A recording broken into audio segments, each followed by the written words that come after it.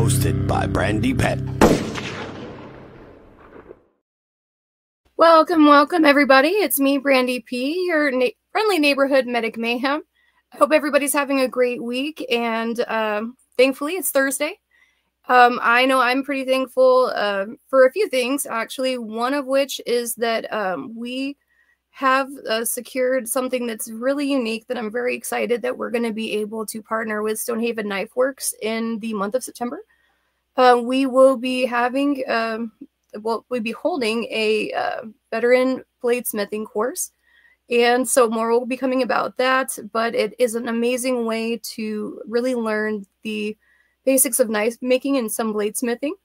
And it will be taught by a Forge and Fire champion. So I'm very, very excited that we're going to be doing that. And we will be creating a database here soon so that way we can get interested veterans and first responders to apply. The other thing would be that I'm very thankful I'm able to walk again. I actually had a pretty nasty fall and my leg's pretty colored, pretty colorful, but I'm very thankful that it is going a bit back to normal. But we know we are having wheelchairs for warriors on today, along with the amazing Miss Sandee June. I am going to bring out an old friend of ours, Mr. Chris Martíni first, and we'll get to talk to him. Hey, Chris, how are you doing? Good, Brandy. Thank you for having me on. It's always a pleasure.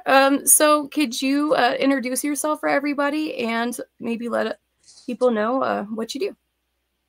Sure. My name's Christopher Martíni. I live in Brooklyn, New York. I'm a filmmaker. I make feature films, documentaries, short films, music videos, commercials, but mostly feature films and documentaries. I've been doing documentaries for the last 5 years. A lot of films with that involve veterans as a subject matter. My first feature film was Trooper, about a returning Iraq vet who comes back with PTSD and physical injuries, and his dad is a Vietnam vet, and the story is how they care for each other and get through each day. I've done documentaries that involve veterans and veteran subjects, and but I also like to make a straight up comedy and drama. So, I do all kinds of stuff. I'm very passionate about our country, and so lately I've been doing a lot of political stuff, but trying to veer away from that and get back into sort of narrative filmmaking. And I think that's amazing that you are able to do that. You have so many amazing projects that you do work on. And so you do also do music videos, is that right? I do music videos. I really love doing music videos. I just finished my second for Sandee June. And hey, Shannon, I did Shannon Book's video, Dear Mom, amazing song. Shannon's incredibly talented. I've also done music videos for Ryan Weaver, Blackbird Anthem. All of these people are veterans. Sandee's a huge supporter of veterans. I love doing music videos.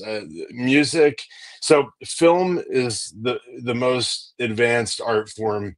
Hey, buddy. I love Shannon. I haven't talked to you. You got to call me, man. I haven't talked to you in a long time.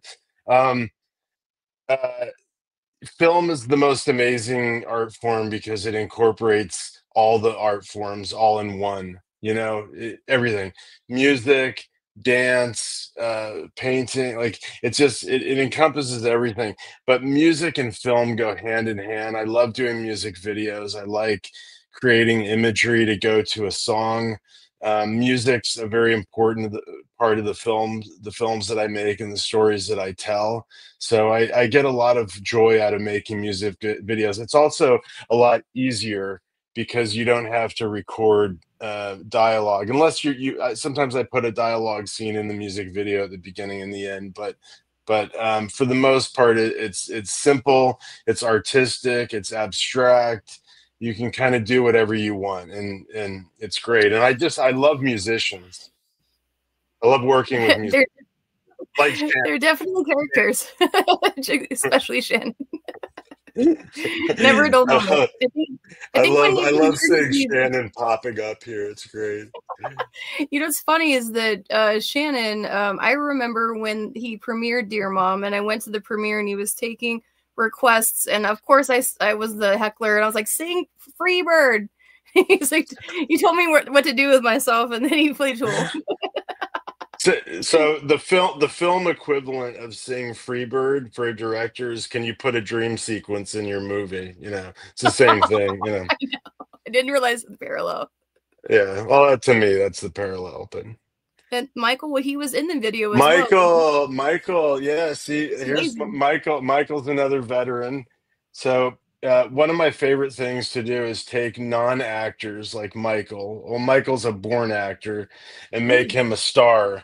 If there's one thing that pisses off a trained actor is when you take a non-professional and you just throw him in there, and he's great. Like in Sandee's video, we found this guy named Wookie. This is literally his name, Wookie Duet. Wookie Duet. And he's a shrimper in New Orleans. And I just out of the blue, I said, dude, I'm going to put you in a music video. I'm going to make you a star. And this guy, I mean, he just blew. He like Jeff Bosley was also in the video. Jeff Bosley's a veteran, also a trained actor, but Wookie with no acting experience was like amazing. Academy Award winning performance. I saw that. Was that the music video Hurricane of Sandee June's? That's right. Nice. I just saw that video recently, and that is an amazing video. I love the dynamic of like the realism to it with the shrimp boat captain. Like it really could have been its own movie, really. And I think that those are the best music videos, or the ones that you're like, I could see this as a movie. Yeah, I mean, like you could when you do a music video, you could just shoot the performance, and that can be the whole music video, which is great. You know, I mean, you put Shannon or Sandee or Ryan or Adam Martin on, you know, you know, in the whole video, it's going to be great, right? But you know, with the song, you have the added ability to tell a story. I'm a storyteller. I like to tell stories with a beginning, middle, and end, and you can still do that in a music video. You know, you don't have a lot of space to tell that story, so you have to really concentrate on the imagery that you want to tell. But yeah, it's a great medium to tell small stories. And this particular music video that we're going to be talking about today absolutely told that story in spades. I know we kind of started bringing out guests in the backwards order, and that's my fault. But I will bring out Miss Crystal Laramore. She's the founder of Wheelchairs for Warriors, and so it was her nonprofit that kind of got us all to meet each other in person for the filming of Rolling Strong. I had never been film crew before officially. I was unofficially one when I interviewed Two Live Crew, but it wasn't the same. But I remember going out there, and it was a lot more than you would think. Watching the filming of a music video, what goes behind it, all the crazy amounts of B-roll you have to take. It was really a lot to watch, and kind of I was very impressed just to see just how well everyone worked together as a cohesive unit, and everyone was looking to help everybody else and work with each other, and I think that's absolutely amazing. And this particular nonprofit, Wheelchairs for Warriors, is the nonprofit that this song was, and I'll have Crystal tell everybody more about it, but needing a wheelchair is a thing. Like, I can't tell you how frustrated I was when I was air evac and they refused to give me my wheelchair because they had confiscated it when I was air evac. And when I got to country, my ex-husband literally had to almost steal a wheelchair from the ER because they refused to give me one because I was not a combat veteran at the time. And they were just like, walk. I was like, I had a triple limb salvage. I have 17% circulation. I wish I could. But needing a wheelchair is very much a scary situation, and it can be quite expensive. And so I think that that's why it's so amazing about this nonprofit in particular. And bring this stage Miss Crystal Laramore. How are you doing? Hi, Chris. I see your face. Crystal, Brandy, hi. how you doing? Good. Oh my gosh, we have been you know, it's so interesting, Brandy, that you caught on to the intricacies of filmmaking. And you would think that a music video would be easy breezy, but it's a production. It's a film production. It's all the things, and you have to have all, and when you have a big group of creatives like me, Sandee, Chris, all the people on the crew, Chad, when you have all of these creative minds together, and then you make something so beautiful, it's like, how'd that happen? Like, nobody died, nobody got stabbed, we didn't kill anybody, all the creative, it was just Chad like, was able to hover and discover with like a 360-degree like accuracy, and he never even like tripped. Yeah. Yes, he is a master, and he and Chad, I would just like to just give a nod to that relationship, that he and Chad work so well together, and it's like a visionary and an integrator working together, and it's like Wheelchairs for Warriors. We have that visionary integrator relationship, and you know, I'm a visionary. Chris is clearly a visionary, and to have an integrator, it's like Ford, it's like Disney, Walt Disney. It's like so many other companies out there that have been truly, truly successful have had that relationship. And that's what I see, Chris, when I see you and Chad work together. Absolutely. I truly see that relation, that dynamic. Chad's an amazing human being. Like, you know, it's funny, like he's an amazing cameraman, but he's also very spiritual. And like, yes, you know, I live he's here very in patient. like, I live here in like, you know, hedonist, you know, That's New right. York City, and I love going to these shoots on, you know, in Texas and Yes. wherever, Utah, with you guys with Wheelchairs Like, for we love Warriors. Jesus, and we're just gonna chill. Yeah, and I like like so Chad and I will shoot all day, and then we'll be like exhausted at the end of the day, and we'll be talking about God, you know, in the middle, like driving through the middle of nowhere, and it's an added benefit that you could work with somebody who's he's so talented, but at the same time he's also a great human being. And just on that note, like when Wheelchairs with Crystal introduced me to Sandee, which you know, that's how I got the first Rolling Strong music video, which they co-wrote together.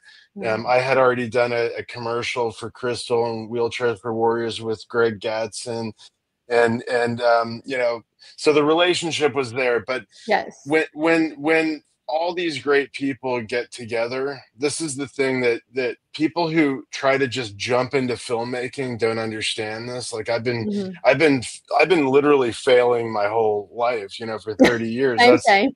That's how I know what I'm doing now. But because film is very expensive, you don't want to make, you know, too many expensive mistakes over and over again. Right. So, but what people don't understand is that you need good people with good intention. And when you have a bunch of people with good intentions, then just, it's like the world opens up. God just throws you all this stuff. Absolutely. And then it's just like, you know, like when we were shooting Hurricane, you know, we were like, is it going to rain? We would love if it rained or something. Right. And it rained every day. We got lightning in the shot, you know, and it's like when you're working with a bunch of, you know, sorry, a-holes, you know, or whatever, then God's like, you know, he's like, no, it's just like, you never get what you want. It's just a nightmare. And so I just, you know, when I work with these ladies, and it just, good things happen. Yeah. So the interesting thing is that church and God brought Sandee and I together. We actually went to the same high school and really didn't know each other.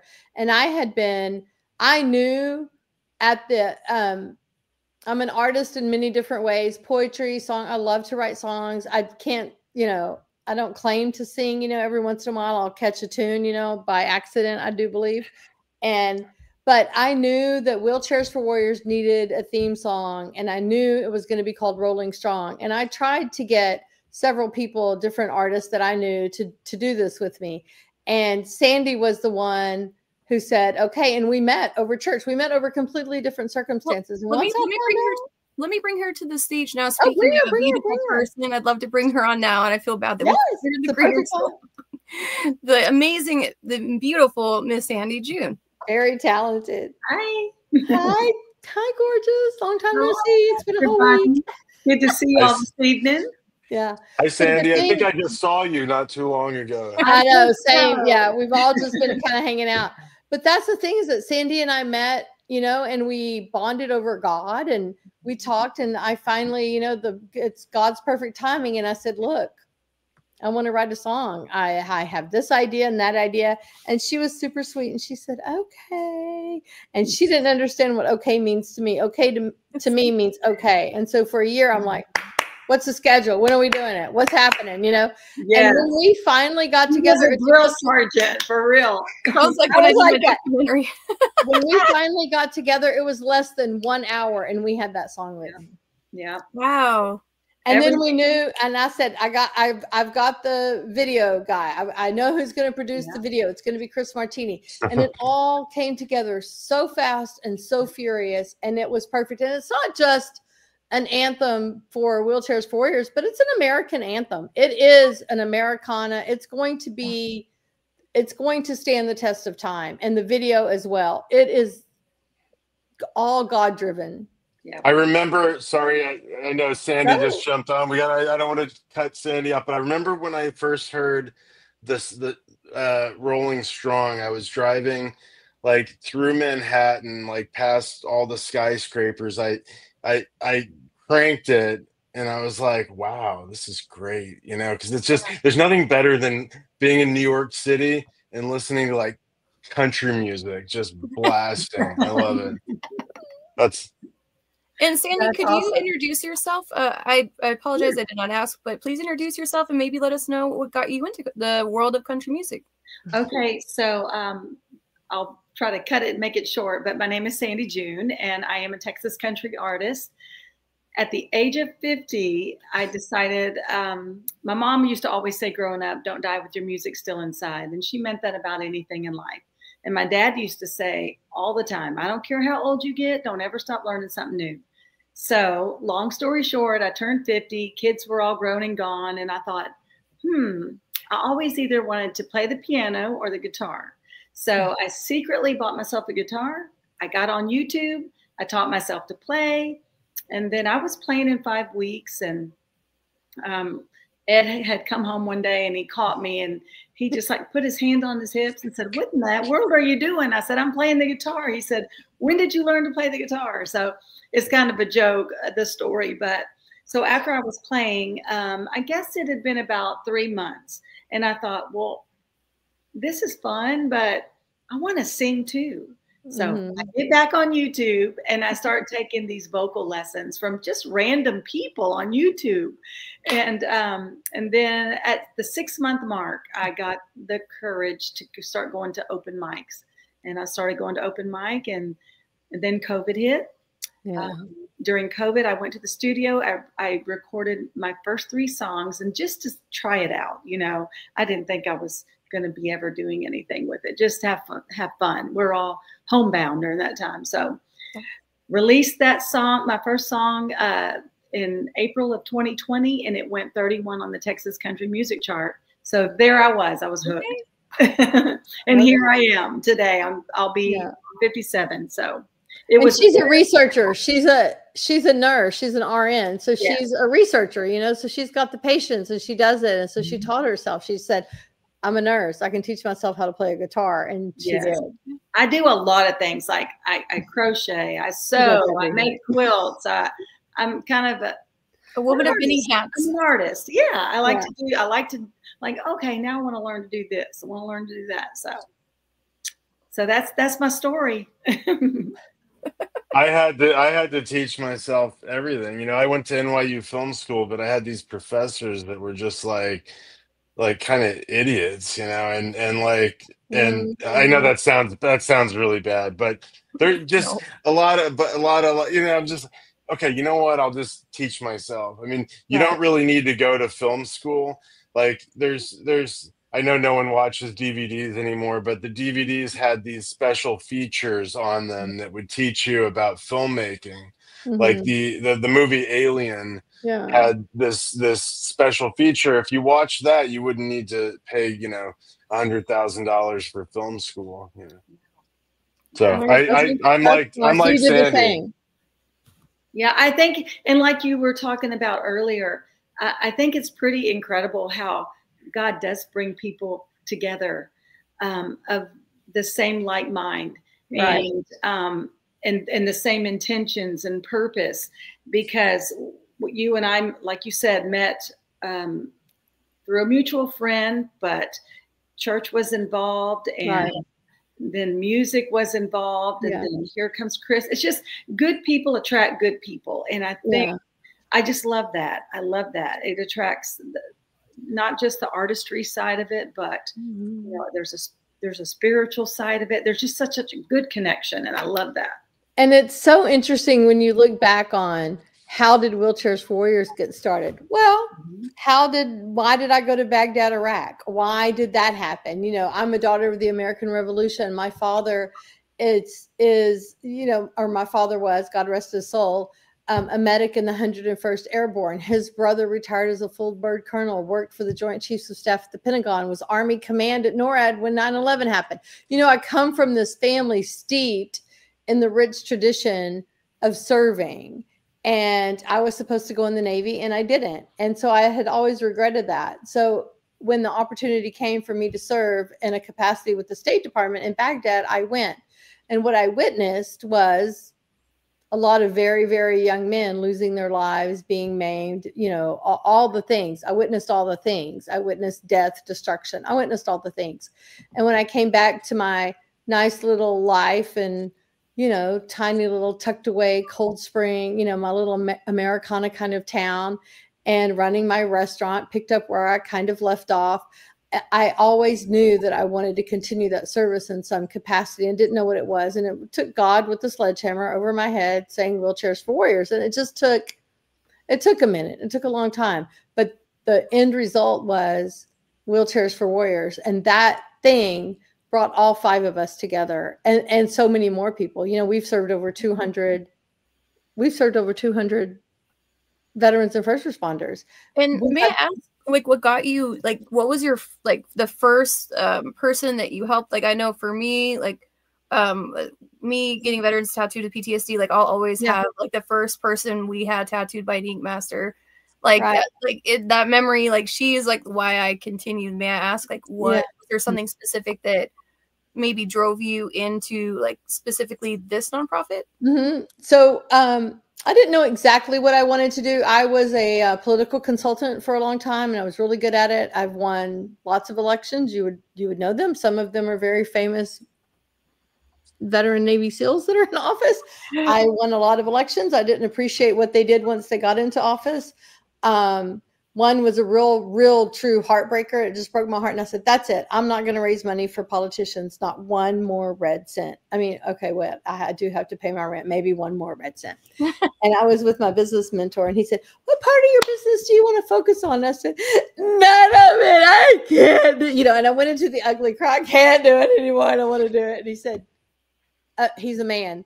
He like called for his secretary to bring in some Kleenex. And he was just like, oh, well, what do you want to do? And I said, I want to raise money for veterans. And he said, okay, well, you go figure that out and get back to me and let me know how it's going.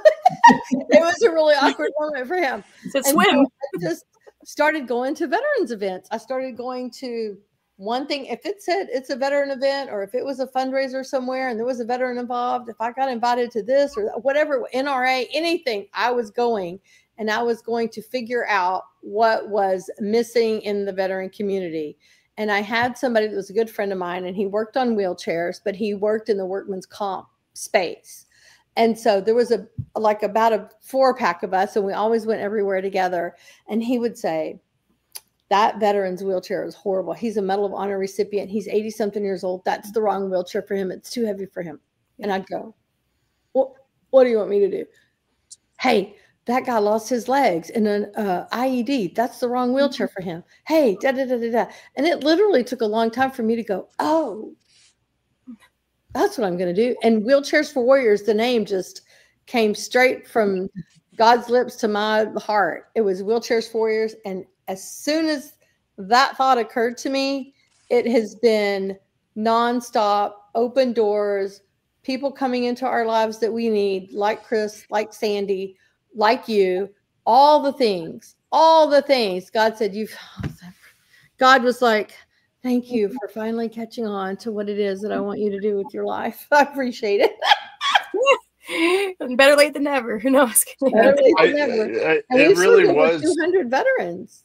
I'm sorry, Chris, it really was a love of veterans that sort of brought us all together. Yeah, I mean, right. it was, because I wouldn't have known Crystal if I hadn't been doing veteran stuff. I wouldn't know Chad. 100%. I wouldn't know Sandee if I didn't know Crystal. So so that I tell a lot of people, like, you gotta have a cause. You have to have something that you're fighting for. And I've always fought for veterans because I never was able to serve myself. So it's just, and one of the things that I've always appreciated about Chris is that no matter, I mean, he's always wearing a Wheelchairs for Warriors t-shirt. He's always posting. He's not making a post and saying, I love Wheelchairs for Warriors. He's making a post about something else. He could be talking about President Trump. I don't know, but he's got a Wheelchairs for Warriors shirt on. And it's like, that's the kind of support that we all need with each other. It's that kind of connection that we're all making for each other. It's the tags, it's the help, it's the this, it's the that.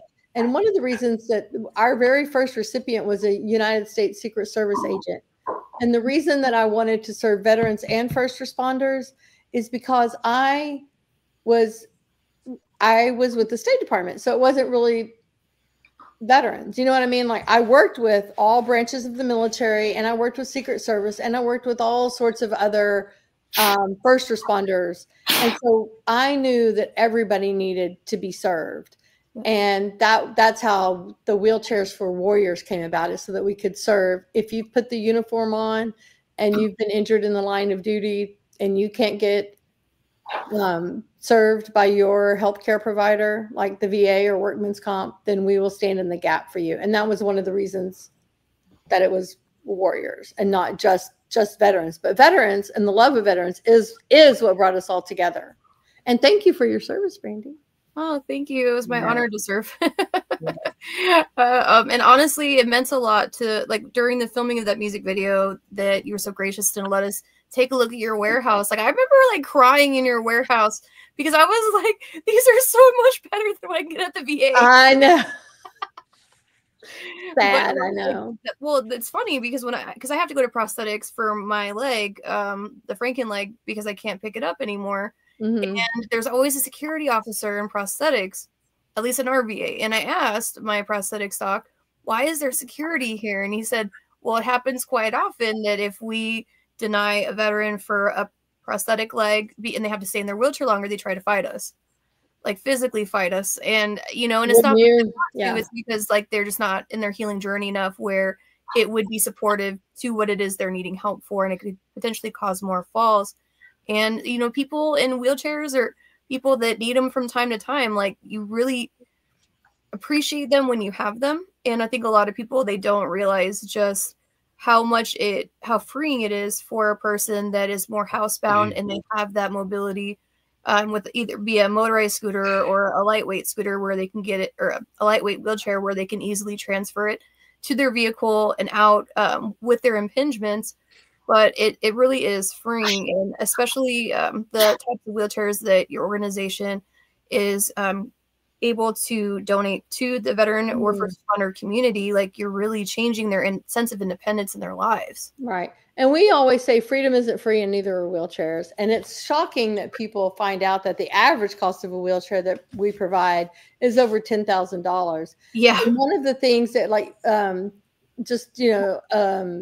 to kind of echo what you were saying about it's just difficult, and people have rolled up to a VA and set themselves on fire. They're so aggravated with the lack of care that they get. And in New York, Chris, we get a lot of calls from Vietnam veterans who were in rent control situations where they might be in a high rise that's a little small apartment, and they're just living on their disability and their spouse has passed away. And when they try to reach out to the VA, they're told to fax something over to do this. And, you know, these 80-plus-year-old men are saying, I have a flip phone. What? How do I do that? Yeah. Like, I'd love to do it. This is a really tough city to be in if you're a veteran. There's a lot of stimulus. It's tough if you're physically injured. It's tough to get around. 100%. I mean, it's like nonstop, you know, stress. Chaos. Anyways, it's a city of chaos. This actually is a good. I want to talk about hurricane because but before we do that.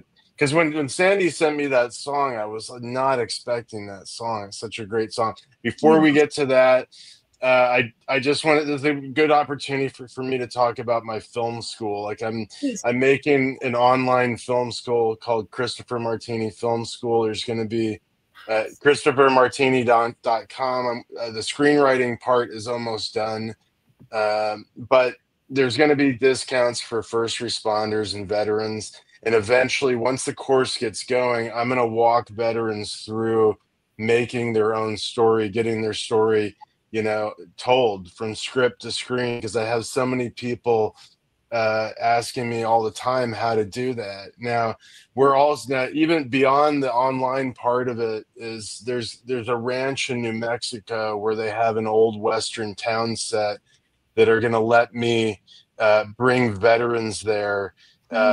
So as sort of a filmmaking retreat where we can actually get hands-on experience and teach them how to make movies. Now, talking about veterans who are disabled in wheelchairs, you know, I think there's incredible opportunities in film as you know, writer directors. I mean, you know, because there's nothing stopping somebody in a wheelchair from directing a movie or writing it. And if you think about it, like if you're wheelchair bound, there's so much going on in your head. It's such a great outlet, you know, writing and getting those ideas onto paper and being a director. You could absolutely direct from a wheelchair, because you're all a director does is he has all these ingredients, and he knows how to tell people how to do the things that he needs to do to get his vision across.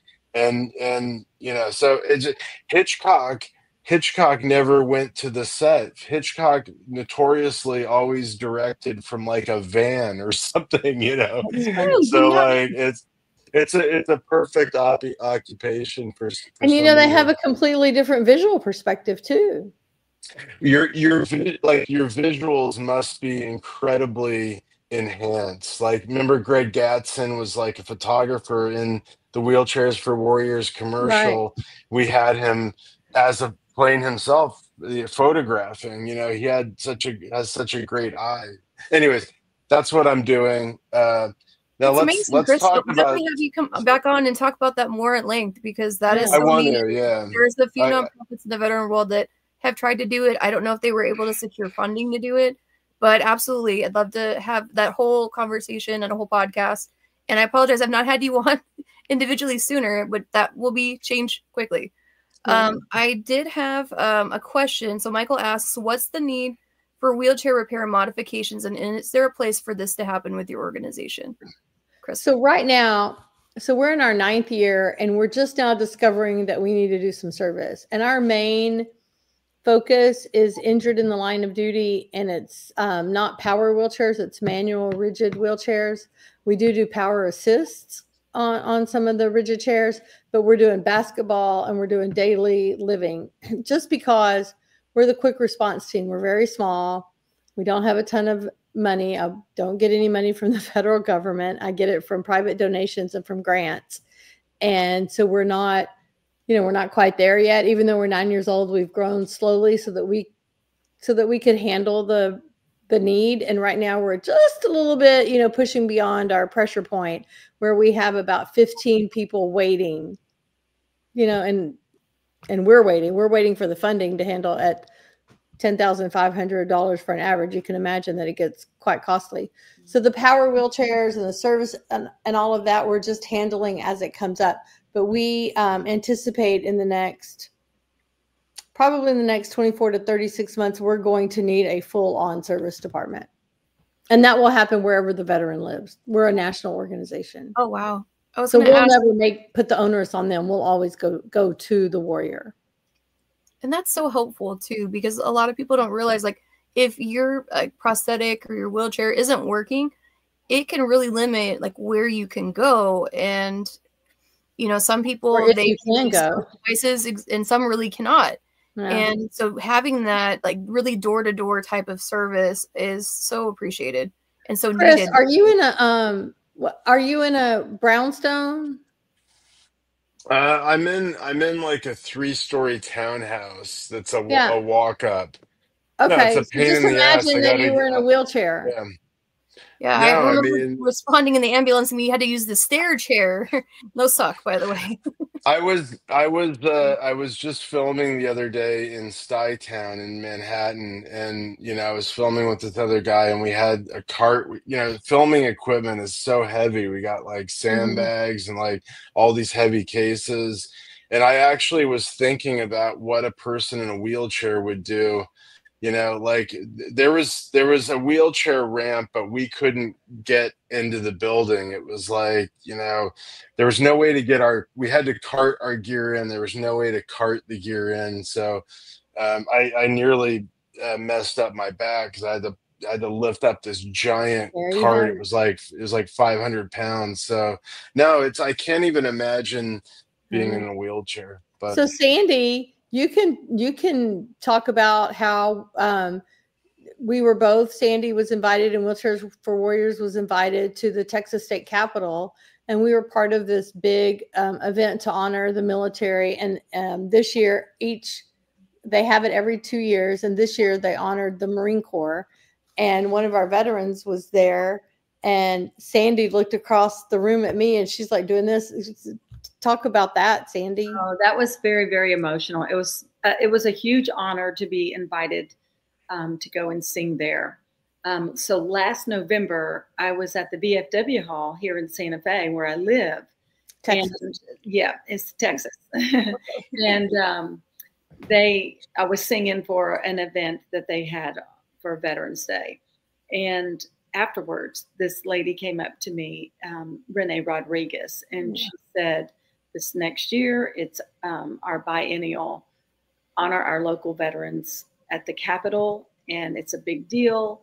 And I'd love for you to come and sing there when we have the event. And I said, great, I'd love to. And so some time went by, and then about, I guess, 2.5 months before the event, she contacted me. And it was so musically, it was really interesting too on my part, because I got to sing our song, Rolling Strong. And then they had a 4-string quartet, 4 violinists. And the second song that I was to sing, I had to coordinate that. They are out of San Antonio. So we had to do this online. I wound up singing God Bless America, and so it turned out pretty easy. And I decided what key I was going to sing it in.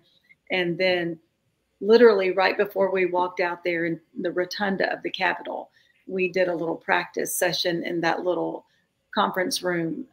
And just great. But it was such an honor to be there. And not next year, but the next year after, when they have it again, I hope for Crystal to have more veterans there in their wheelchairs. But tell them about what happened when Tiffany was. They had Tiffany, one of our recipients, roll around in that circle in the rotunda while I was singing. While she was singing Rolling Strong. Nice. And Tiffany started crying. Sandee started crying. I was crying. Everybody was crying. I love that, though. And made eye contact with me in that wheelchair. I just got so choked up because I could see the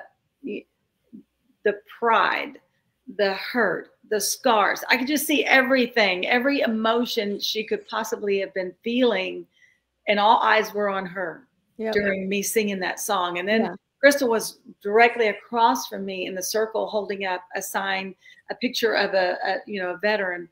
And I looked at her, and I just, it was tough. It was very, very tough. And Tiffany had never heard the song before. Oh, really?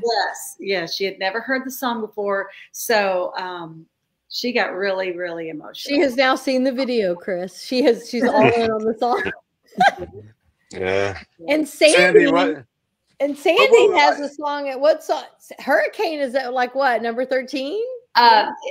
Today was the new chart came out, and I'm now sitting at number 11. Okay. Wow. Yes. What was your question? I'm so excited. Download the song. Everybody listening, to get her into the top 10 is huge. It will catapult her, us. It'll catapult everybody. Yes. Download Hurricane by Sandee June, wherever you download music. Yep. I have a question. For Sandee.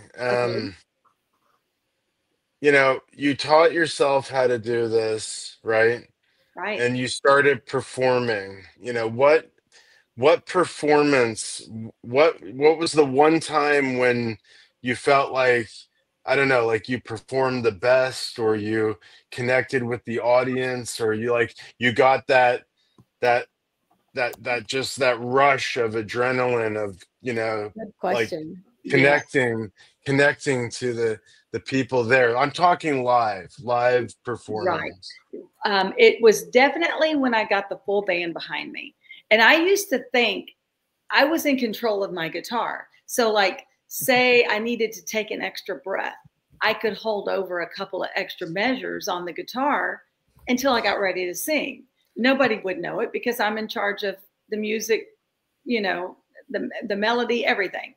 So I was actually nervous to sing with the band, because with the band, you got to be on time and everything. So when I did get a band together, the fullness of the sound was incredible. But I also, at the same time, I knew that, okay, I got to be on my toes. I got to be on time. I got to be, everything's got to be right. So my very first show that I did, it was actually, Ed, was it right here for the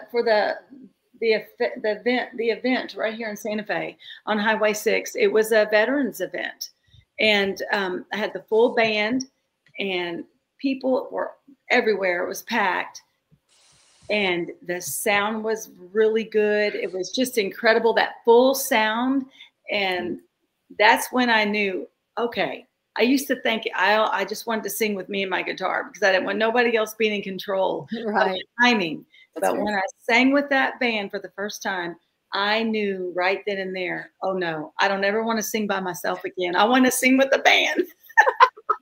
Okay. That was great. Forgive me, because I've been making documentaries for the past 5 years, so I've been basically just asking people questions like this, you know. But so Brand, forgive me. But it's a good question. But so you're with the band, and you're telling yourself, I love this, but I gotta be on time. I gotta step it up, because there's no. So what tricks do you tell yourself to, like, you know, are you saying to, you know, I don't know, are you saying to yourself, like, be in the moment, forget everything, just let everything disappear? Like, what are your tricks to get you in sync with the band? Okay, well, I have a couple of tricks. The first trick is just, I got to get comfortable, and I got to just try to relax, because now I'm relaxed. But in the beginning, there was some anxiety there, because I got to worry about those things that I'm not in control of anymore. You know, right. But one of my reassuring things is, and I still do it today, Ed's sitting over there in the chair. I always look for him. Y'all don't know if y'all can see him. Hi. Ed. Surgery done today, but I always look for him in the crowd. He is my reassurance. I have to look for him. If I just see him, and because he'll usually always, you know, give me a smile or a nod, and it's like, it just kind of relaxes me, and I'm like, okay, it sounds good, I'm doing good, you know. So okay, I'm gonna sorry, last thing, and then Brandy, I'll let you. Okay, so on the music video, I'm sorry, I'm like, I'm I'll let you hijacking. do your show, Brandy. I'll let you. You're not the only person that I would allow this. Last thing, and then I'm gonna shut up. I promise. But You're fine, I'm like taking over this podcast. What am I I'm doing? here for it though. I get a day off. I haven't had a co-host in a while. Just Brandy, relax. I got this. Just relax. Okay, so when we were shooting the hurricane music video, your reassurance is actually in a couple shots, and no one would ever know this when you watch it, but you like. So there were a couple times where Ed is in the frame, and I left it in there because no one would ever know. But because you could see the cowboy hat, right? And he could be anyone on the street; it doesn't matter, right? But I love that he's in there because he's in there and he's watching you, and he's your reassurance. Yeah, great video. He really is my reassurance, and he's probably his head's not gonna fit in that cowboy hat tomorrow, but he knows it. He really does know it, because sometimes, like after a show, I'm like, "Where were you? I didn't see you." You know, it's like my my safety net. You know, I can always make eye contact and look at him and know that things are going okay. I just call him Big Daddy Ed. I'm not allowed to call him that, but even if you did, the next video. I remember when we were filming, like we were on Bourbon Street, and we're like filming in the middle of the street. We didn't have cops locking down the street, and Ed was literally stopping cars from going towards you. I was like, and if you see Ed stopping you, you will stop. Yeah. He's a pretty big guy. Yeah, he's literally always looking out. He's a big teddy bear, but hey, but that's an important thing. And so I heard that you recently performed at the Texas, I'm gonna probably mangle this, the Texas Regional Radio Country Music Awards. Is that right? I did. So that was a huge. This is really like a big year for me, I think. Yeah, I was excited because getting to perform at opening the awards. That's a big deal, because like that's usually have to win the newcomer showcase to do it. Is that right? Yes. Yeah, they get to the person that wins the Future Faces Award. Oh yes, they get to sing a song in the middle of the award show somewhere. But I opened the show with 2 other artists, and we all got to sing our song, and it was just such an honor, because like all my life, Michael Martin Murphey has been one of my just icons, and someone I've looked up to in music. My parents played his music when I was just a little bitty girl, and one of my favorite songs that he sings is Wildfire. I had no clue, zero clue that he was going to be a guest at the awards. And when I went backstage in the green room, right before I'm getting ready to go out to sing, I look over, I said, "That looks like Michael Martin Murphey. Is that Michael Martin Murphy?" And they said, "Yeah, that's Michael Martin Murphy." I said, "What's he doing here?" And they said, "He's a guest." He's kind of a big thing. Oh my gosh, so for that. I creeped over there and I said, "Can I please get a picture with you? I'm so honored." And so like going back to what my mom used to say, don't die with your music still inside. And my dad saying, don't ever stop learning something new. Here is the man, the legendary man that I remember listening to as a little girl, that always that's one of my big loves for music, was because of him.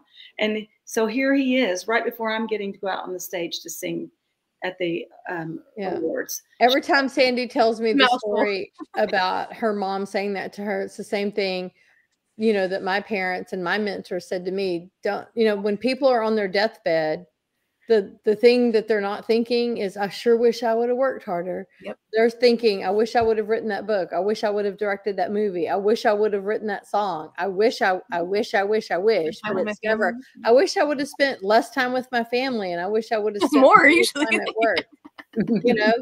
And that's the thing that I always look to as well. And I think I've by God's grace or his design, whatever you want to say, is I've been able to have around me those same kinds of people like Chris and Sandee and Brandy and your podcast and, you know, and all the things. It's just.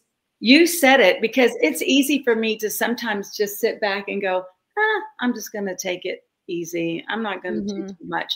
But then people like you, Crystal, you poke at me, and you know, you stir something up in me, and you make me do what I probably would have said I wished I would have done. So right. Yep. I'm pretty sure on my deathbed I'm gonna say, I wish I hadn't picked such an expensive art form. Yes. I was gonna say, I wish Sandee wouldn't have picked such an expensive art. Yeah. Music, it's been an expensive hobby. It's more expensive than quilting and crocheting. I can tell you that. Oh, for sure. Guitar alone. Yeah. It's like you're quilting and crocheting twice per year. For me this year. Well, I mean, you know, like a painter, he buys some paints, he buys a canvas, he gets some brushes and some turpentine. You know, me, I got to raise $5 million every time I want to do something. Yeah. You know, not for a music video. Right. Yeah. Right. And Sandee, what were you saying? I apologize. Oh, it's okay. I was just going to say, talking about, it's been a big year for me. Coming up June 22nd, I got asked to sing at the 45th annual Urban Cowboy Reunion right here in Webster at the Buck Wild. They're having the reunion there. So I knew that. Yeah. I'm honored to do that too. So I got to sing in the Rotunda. I'm singing for the 40th. Who doesn't know Urban Cowboy? Yeah, that's awesome. There's going to be some special guests there from the movie. I don't know. Nice. I know Sid Miller was pretty bummed that he missed your performance. He was the main presenter for that award show that you opened for, and so I'll have to let him know. And so when I was in college, they taught us that there's actually a rare type of like rose gold that's only found in Texas. And the inside of the rotunda is actually covered with all the gold they ever found. But I'm not sure if that's true or my professor was kind of feeding us a line. I don't know that. We're going to have to check into that. We're going to go check that out for you. Oh, nice. Yeah, on the next podcast. And also, I did want to show this. So Michael actually owns Patriot Metal Arts, and he's teaching me how to make grenade footstools. I'm pretty excited about this. But he has an industrial metal shop, and I can connect you as well, Crystal, if that's something you'd be interested in. I can't join the chat for some reason. Yeah. Well, yeah, Well, yeah, there's private chat, and then there's the one that everyone can read, and I tend to mix those up. So it's okay. I couldn't join. But I'd like to show one of the music videos we've talked about this evening first. Which would you prefer me play first, Rolling Strong or Hurricane? Oh, goodness. And look, Crystal saying Rolling Strong. Either do it in order. Okay, we'll do an order. No worries. Okay. And before I do, I did want to show everyone a small clip of, I call him the Chad, but Chad in action, the music video.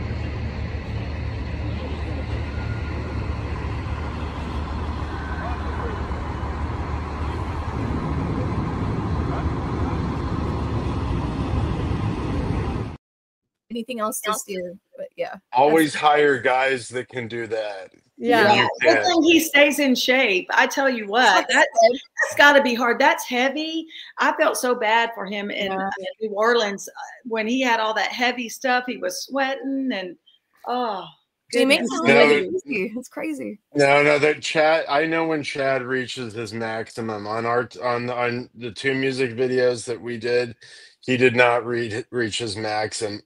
Really? I know, because we did the Medal of Honor video for Blackbird Anthem. Yeah. We recreated Vietnam for like no money, and it was like I mean, the kids playing the Vietnam soldiers were like on the ground asleep, and like Chad had been standing up for 20 hours straight.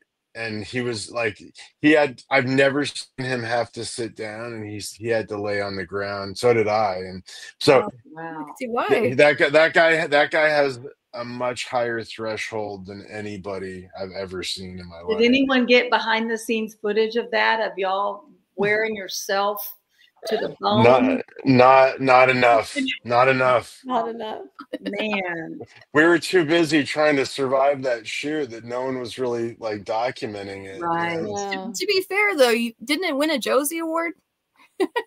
It The Medal did. of It Honor did. was there, That's- if I remember Adam Martin telling me that.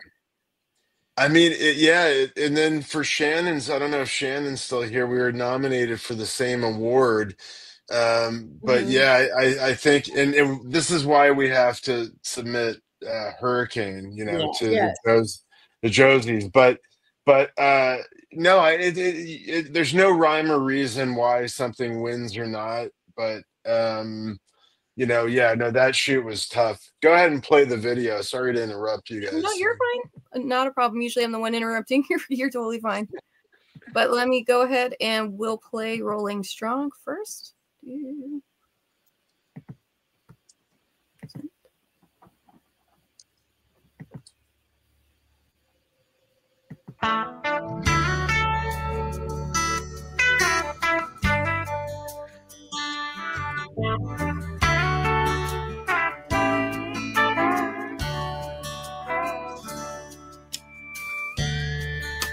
America has her problems,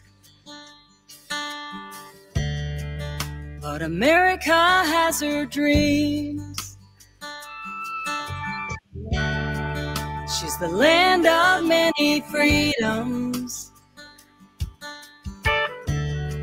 She's the land of anything. Rolling strong with the sunset. Rolling strong with the red, white, and blue.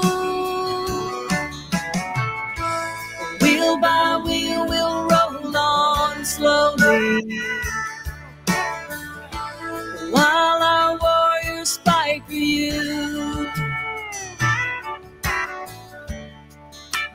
Freedom isn't free. They wrote blank checks for you and me. Our boys turned into men, defending this country we live in. Rolling strong with the sunset. Rolling strong with the red, white, and blue.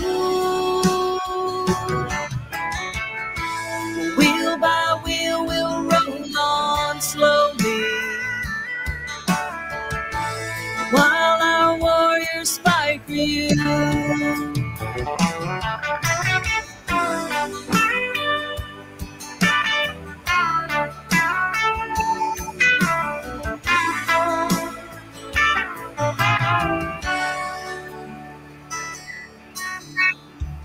Down the highways and byways,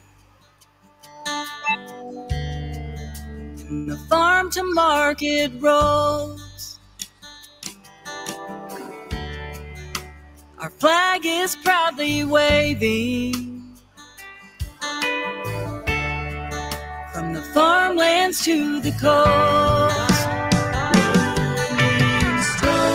rolling strong with the sunset. Rolling strong with the red, white, and blue. Wheel by wheel, we'll roll on slowly.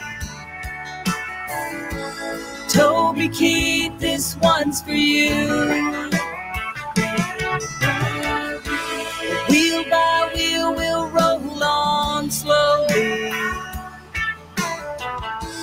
while our warriors fight for you.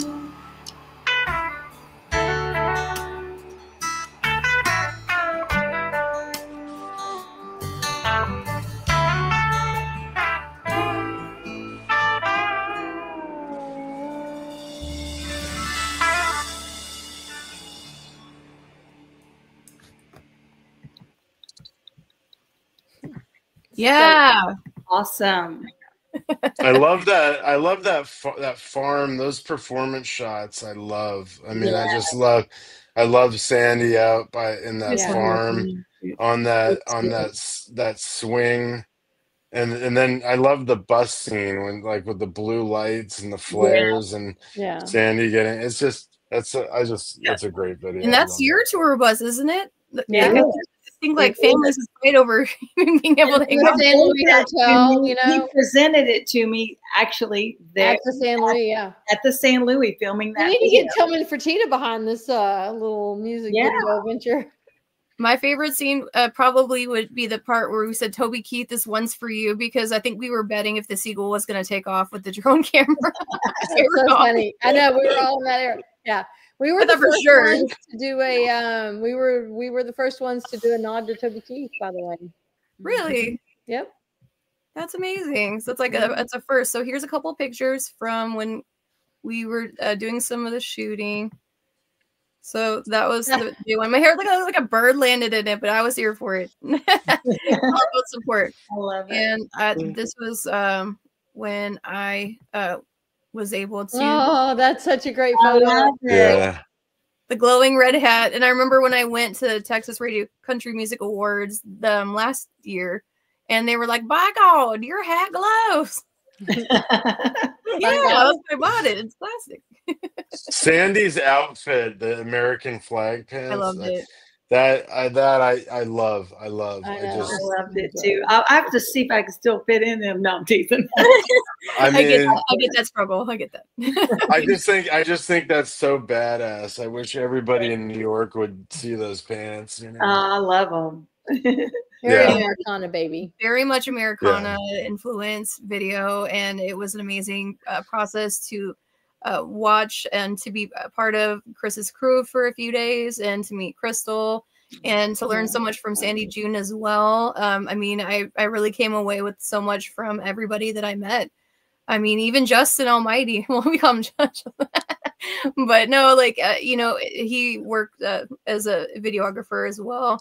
And it was just, and there were so many, like, there's Luke and like, you know, him smiling in that VA or that BMW, I'm pretty sure was related to what he was strapped to the chair next to. I still think you should have been in the video, Chris. The blow up dummy is really upset that it didn't. I was upset. I wanted to see it didn't. There was a blow up dummy sitting in the VFW at bar, and it didn't make the cut. We got the Marines got me pretty good on that. Like when I walked in, they're like, "Oh, it's a good luck mannequin that we have inside, and if you give her a kiss, you can get a free beer." And as a veteran, you know, you're like, "Sure, I'll go for a free beer." And I went inside, and she's sitting right there in the bar. I was like, "Ugh!"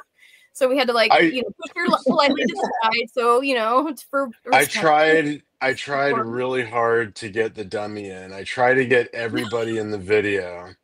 I tried really hard. Even the dummy. I mean, that would have been hilarious. Interestingly enough, Chris, one of the guys on your set went to do the advance work at the Kemah Police Department, and one of the officers at the Kemah Police Department that was in the video, they served in Baghdad together and had never seen each other since. Wow.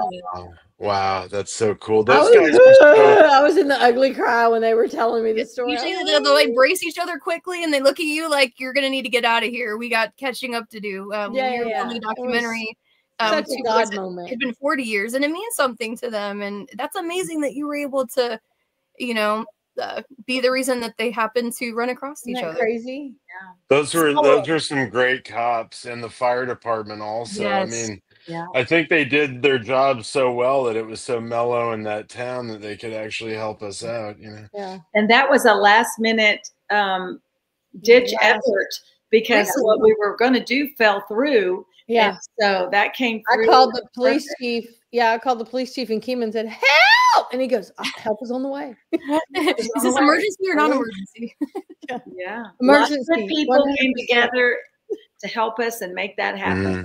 So good. They were amazing. Absolutely. And I mean, it's, you know, had it not been for, you know, you deciding to empower yourself via YouTube or whatever have it, like none of us would have met each other. And I really think that is a testament to, you know, being your own best advocate. And like what you were saying, like, don't like the music in your heart, you know, fly away. And I think that that's amazing that you learning that it kind of had this like amazing snowball effect, and so many other people were brought together because of what you did. Right. Yep. That's right.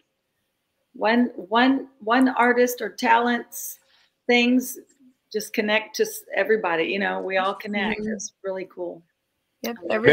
Making a film should be, or a music video or any film project should be like a family environment. I mean, you should, it's the producer and the director's job to make sure you get the right people involved, and like you should be sad when it's over. I mean, if you're happy because you don't like everybody, you're happy to get away from them, that's probably not the best shoot. But I mean, it's just so much fun. Yeah, like, and you know, like Chris and Dakota. This group of people that I make all my projects with are just such awesome people, and you know, I'm gonna keep making films. I'm gonna get Sandee's music in there. You know, I'm gonna try to you know, Crystal, that Wheelchairs for Warriors is my nonprofit, like, that I'm gonna support, because you know, I don't know, I think it's personally better to support one that you really believe in, because you can make more of a difference to that one. So that's my nonprofit. You signed it. Nice. It's official now. Yeah. And so do you have any upcoming events for Wheelchairs for Warriors? We have an event in San Antonio, Texas. It's a car show on May 31st. I can text you all the details. I can send that to you.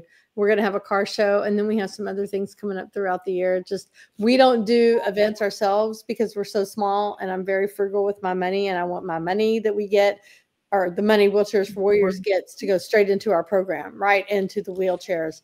So we don't have, you know, a big group of people that can go put on fundraisers and do events, but other people put on events, and they choose us as their nonprofit and their charity of choice. Yep. And so you said that people can go to your webpage if they were interested in donating or supporting the organization as well. They can. And I have learned, you know, before I had this nonprofit, I didn't have one. You know, before I did this, I was a political consultant and working for profit. So I've learned that there's a million ways to serve, and a million ways to support, and a million ways to donate. And you can, you know, share our mission if you don't have the funds to donate. And when we get donations through the website and they come in and they're $5 or $7 or $10, I cry at almost every single one of those, because I know that's a lot for somebody to donate. And you can like us on Facebook. You can connect with us on Instagram. You can host a golf tournament, and you can leave us all your house and, you know, all your motorcycles and things in your will. There's all sorts of things you can do. If you find a track chair, do let me know. I'm on quite a large ranch now.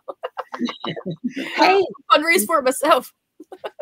I will hook you up with someone who can help you.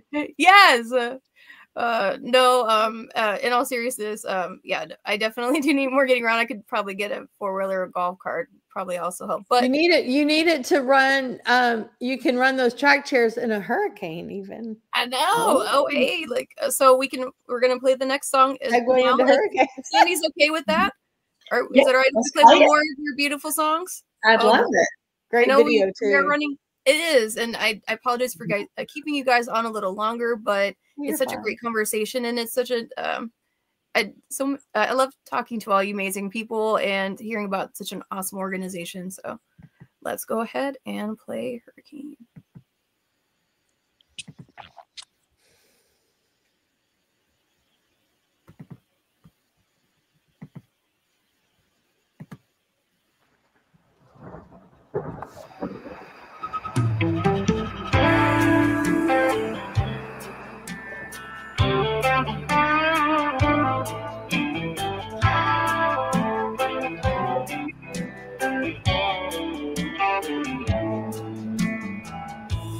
Miles in the Gulf Stream, oh, I hear the south wind moan.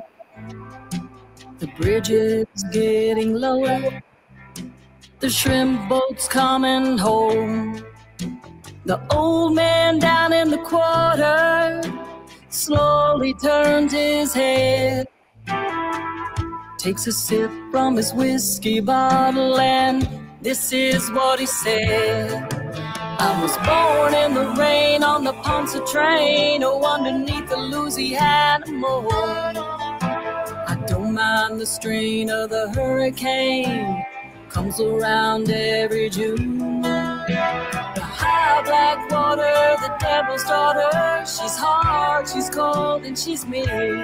But nobody taught her it takes a lot of water to wash away New Orleans.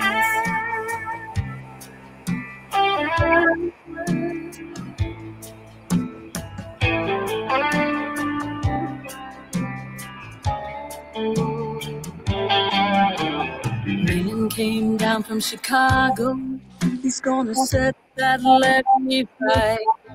He says needs to be at least 3 feet higher or it won't make it through the night. But the old man down in the quarter said don't listen to that boy. The water be down by the morning, he'll be back to Illinois. I was born in the rain on the Ponce train, oh, underneath the Louisiana moon. I don't mind the strain of the hurricane, comes around every June. The high black water, the devil's daughter, she's hard, she's cold, and she's mean. But nobody taught her it takes a lot of water to wash away New Orleans.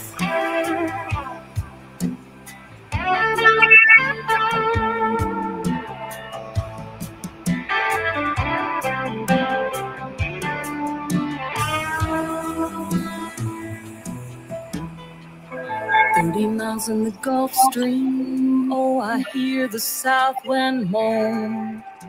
The bridge is getting lower, the shrimp boat's coming home. The old man down in the quarter slowly turns his head, takes a sip from his whiskey bottle, and this is what he said. I was born in the rain on the Ponce train, oh, underneath the Louisiana moon. I don't mind the strain of the hurricane, comes around every June. The high black water, the devil's daughter, she's hard, she's cold, and she's mean. But nobody taught her it takes a lot of water to wash away New Orleans.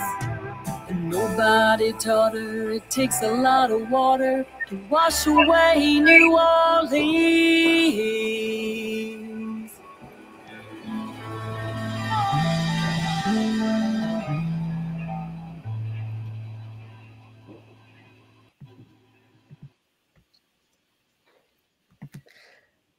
Download it. It's number 11. We needed it. Number 10, number 1. Yeah, download it. I need to get in the number 10. I've downloaded. Definitely the 1, but you know, keep going. But it's only it's number 11 and it's week 13. Yeah, week 13. Number 11. Interesting. This is my highest debuting song so far.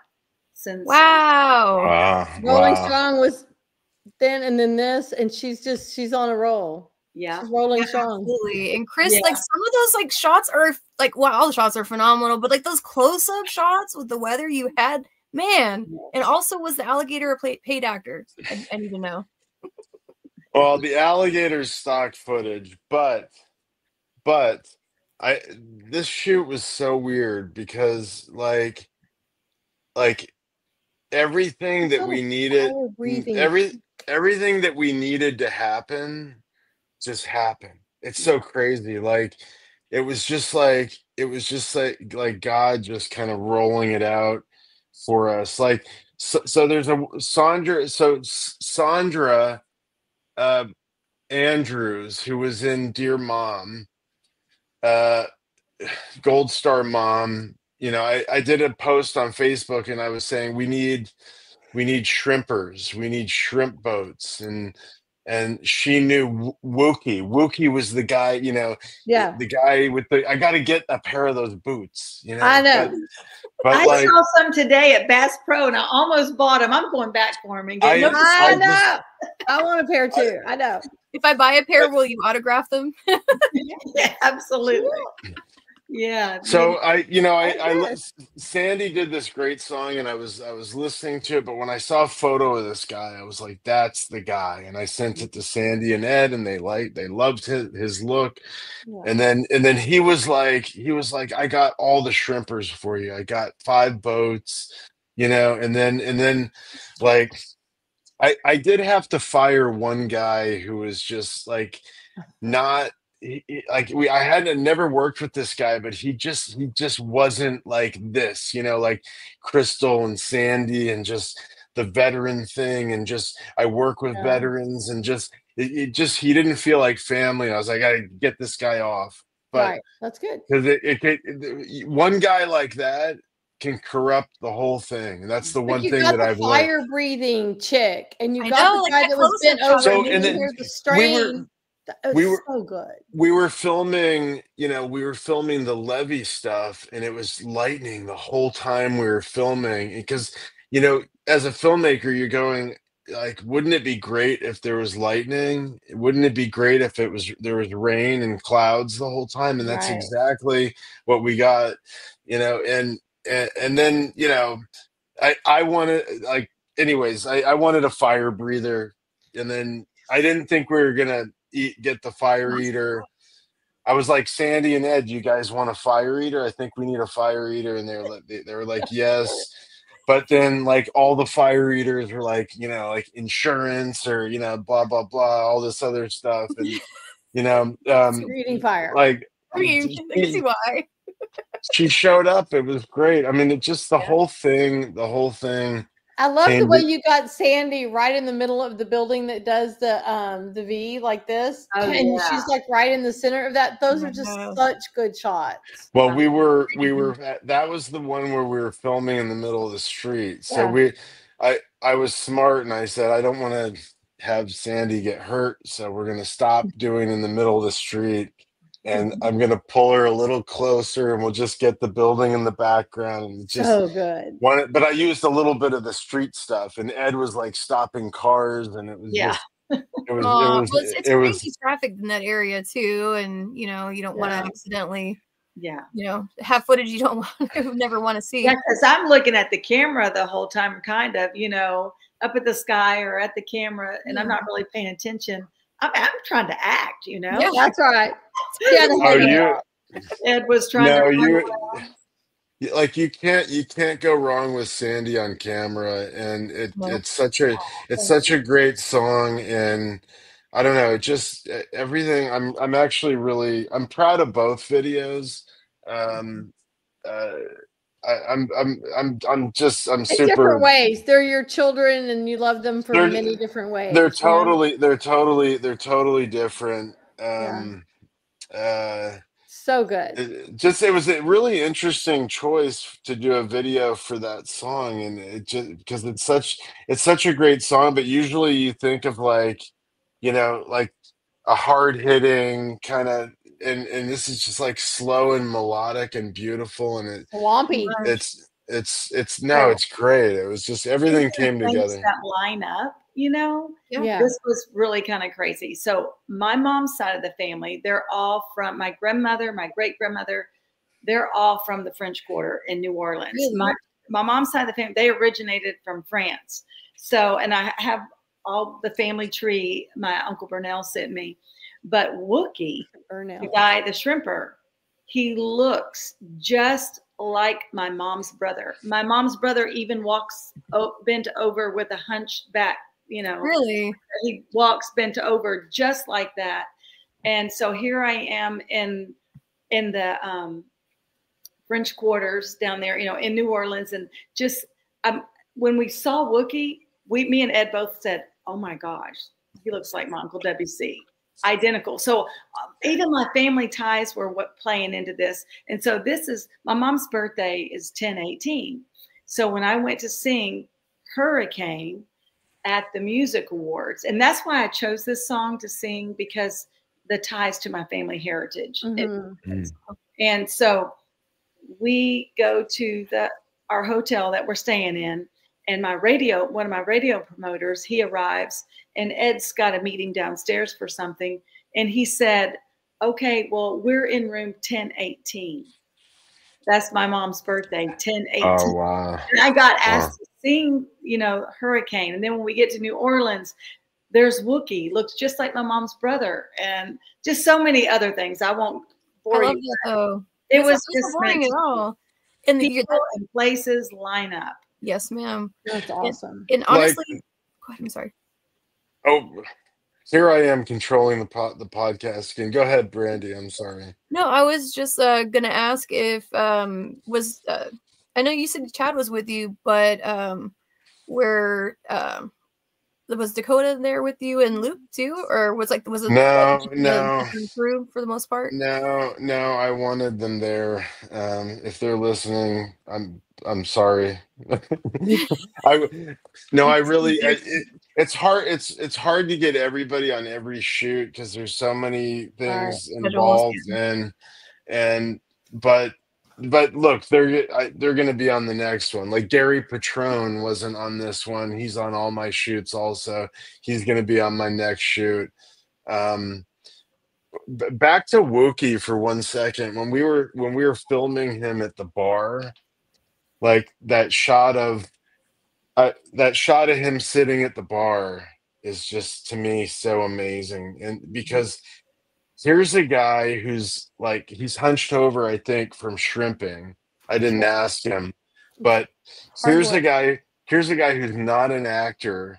And this is what I love about just taking like veterans or just anybody, just real people. I actually shot a film on a reservation and took like Native Americans, just threw them in front of the camera. But like sitting at the bar, that close up of him, he gave me more like different looks and like more acting ability than I've seen in professional actors. Like it's amazing. Like when God just throws you the right guy for the right project, and no experience, nothing, and he's sitting at that bar. Just remember that the looks at the bar, like just like that's what really trained actors do, to be able to give that kind, like all these different expressions. Like I had so much to choose from. It's like this guy was like a method actor and he didn't tell me. I mean, you're in Louisiana. It's very possible. There's a lot of filmmaking that goes on in that state. He was incredible and instrumental. He made the video just so real also. I mean, he was amazing. And Jeff Bosley. So Jeff Bosley is a veteran, the tall guy from Chicago. He's a veteran. And he's a giant in real life, like, and he's a trained actor. For that role, like I knew I wanted an actor because I needed somebody with training. Because you saw I had him do all that weird stuff like dancing, but then in the bar he has to be like obnoxious and getting drunk and stuff. So like it's funny because a lot of my buddies wanted to play that role, and it's like, and as a director, you have to put your foot down. You can't just throw anyone in, because like when your gut's telling you got to go with an actor, you got to go with your gut. So it's like we're here to make a good product, not to it's not a party where everyone can just show up and do whatever they want to do. So I don't know. You guys loved him. I sent him to Sandee and Ed, and I'm so glad I went with an actor for that, because it just you needed that kind of anchor, It's fine. And just the visuals from the music video, it really brings the song like extra life. Like, and not saying that it was lacking, but it really made you like think about the lyrics to the song in a different way when you're looking at those images than had you just heard it on the radio or downloaded it. And so I very much appreciate you coming on tonight and letting us show your amazing music video, and I very much appreciate you, Chris, and you as well, Crystal. Like, you guys are all pretty amazing. But I did want to close up the podcast for tonight. But before I did want to get final thoughts from everybody. So it could be just something that you want to say, or something that, like, a bit of advice that you may give to one of our listeners. I'll go last. I'll go first. I'm going to pass on my advice that was given to me from my mom and dad. Don't die with your music still inside. So if you have something that you really want to go do or learn, go do it. Don't let the moment pass you by, and don't ever stop learning something new. I think that's great advice, and I just want to keep passing that on. So, and thank you for having me, Brandy. It's been wonderful. Thank you so much.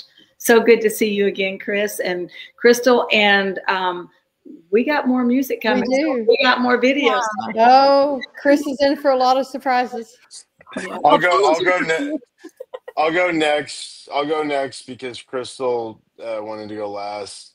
I don't really know what to say other than, like, when I get stuff done, when I'm like in that mode of like make movies, get stuff done, I'm either all in on one thing or I do a lot of million different things, but I move all those like million things forward every day. Mm-hmm.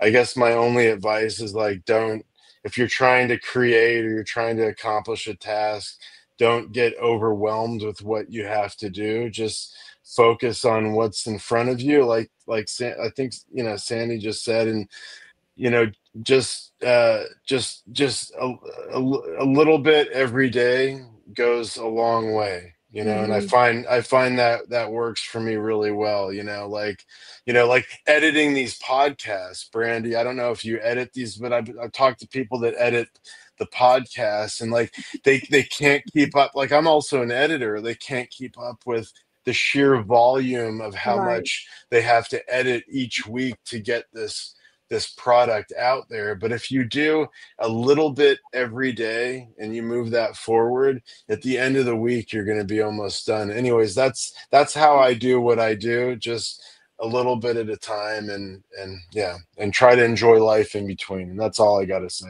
Yeah. Love it.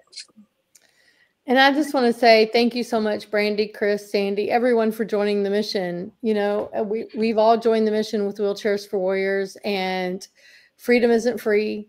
And people who put on a uniform, whether it's a veteran or whether it's a first responder, and they put that uniform on and they write a blank check for us, and they give us the freedom in America to do what it is that we do. And they help protect our freedoms. And they write, again, I always say, and it's even in the song Rolling Strong, they wrote a blank check for you and me. And if there's any nonprofit that anybody out there wants to support, please, Wheelchairs for Warriors. We're not throwing big parties. We're putting 80 cents of every dollar earned straight into our program. And the program is what it says it is. It is a wheelchair for a warrior. And it's their everything. It's their car, it's their couch, it's their chair, it's their way of life, it's their ability to get from their home to the grocery store to the kids' basketball games. It's all the things. And it's a passion. And please go dig around in our financials. Go find us on Charity Navigator. Go find us on other podcasts. Go find us on, but only listen to Brandy's podcast. Go find us on, anywhere, Facebook, LinkedIn, we're everywhere. And we have really, really, really big supporters like Brandy, like Christoper Martíni, like Sandee. We're a really, really good organization doing lots of amazing things and saving lives. Absolutely. And I'm so grateful that you all are part of our journey. And we appreciate you letting us be part of yours. That's right. And I would say my final thoughts for today would be your own best advocate. Even if you're falling on your face, you are still falling forward. Unless you're me, like last week, and I fell backwards down a hill, which was not fun. Especially when the zombie like crumpled like a cheap lawn chair. I was like, please don't break it. But no, I say that with a bit of jest, but I do mean that. Yeah. I mean, even if you're falling on your face, you're falling forward.